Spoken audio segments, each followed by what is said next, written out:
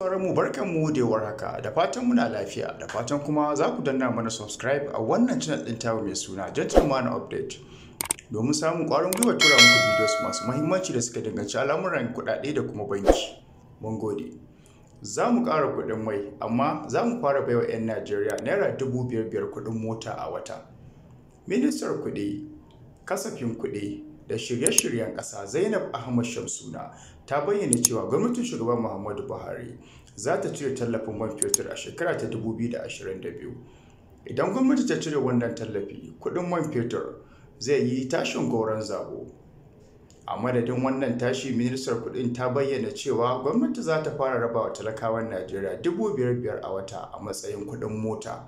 Zainab ta bayyana hakan ne a ranar Talata a taron ƙaddamar da rahoton Bankin Duniya (NDU). A cewarta, talakawan da ke Najeriya mutum guda miliyan 30 zuwa miliyan 40 za a fara rabawa wannan kuɗi wata-wata. Ta ce amma sai an cire tallafin za a san adadin 'yan Najeriya da za su samu wannan kuɗaɗe. Menene ra'ayinku akan wannan al'amari? Duba da cewar idan an cire tallafin man fetur sai ya taɓa komai a rayuwar ɗan adam, za kuma a iya baiwa kowane ɗan Najeriya kuɗin mota? Ku bayyana mana ra'ayinku a wannan channel ɗin tamu ta Gentleman Update, ku taɓa ƙararrawar sanarwa ku kuma danna subscribe domin samun ƙwarin gwiwar tura muku videos masu muhimmanci na yau da gobe, musamman al'amuran kuɗi da kuma al'amura na banki. Mun gode.